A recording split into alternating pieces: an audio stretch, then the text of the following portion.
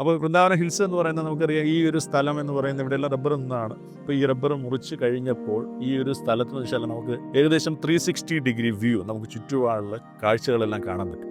നമുക്കിവിടെ നിന്ന് പൊന്മുടി കാണാൻ പറ്റും, പിന്നെ അഗസ്ത്യാർ കൂടം നമുക്ക് കാണാൻ പറ്റും, ഏകദേശം നെയ്യാർ ഡാമിൻ്റെ കുറേ പോർഷൻസ് കാണാൻ പറ്റും, പിന്നെ നമ്മുടെ ആര്യങ്കാവ് പോർഷൻ കാണാൻ പറ്റും. പിന്നെ നല്ലൊരു നമുക്ക് സൂര്യോദയം ഇവിടെ എന്ന് വെച്ചാൽ നല്ല സൺറൈസ് കാണാൻ പറ്റുന്നതാണ്. മൂൺ റൈസ് നമുക്ക് പലതും കണ്ടിട്ടില്ല. ഞാൻ മൂൺ റൈസ് ഇവിടെ വന്ന് ഞാൻ വിറ്റ്നസ് ആകുന്നതാണ്. മൂൺ റൈസ് കാണാൻ പറ്റും. നല്ല സൂര്യ അസ്തമനം നമുക്ക് കാണാൻ പറ്റും. പിന്നെ നല്ല കാറ്റാണ്, മഴ പെയ്യുകയാണെങ്കിൽ നല്ല മഞ്ഞുണ്ട്.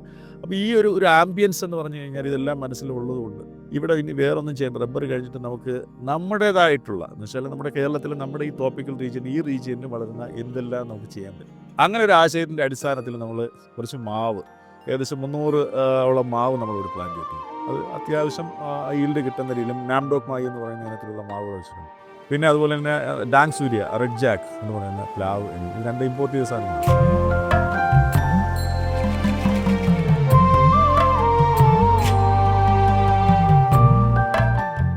പിന്നെ ഇതിനിടയിലെല്ലാം നമുക്ക് കവുങ്ങ് വെച്ചിട്ടുണ്ട്. അതുപോലെ നമുക്ക് ഇഷ്ടമാതിരി പച്ചക്കറികൾ, നമ്മുടെ ആവശ്യത്തിനുള്ള പച്ചക്കറികൾ വെച്ചിട്ടുണ്ട്.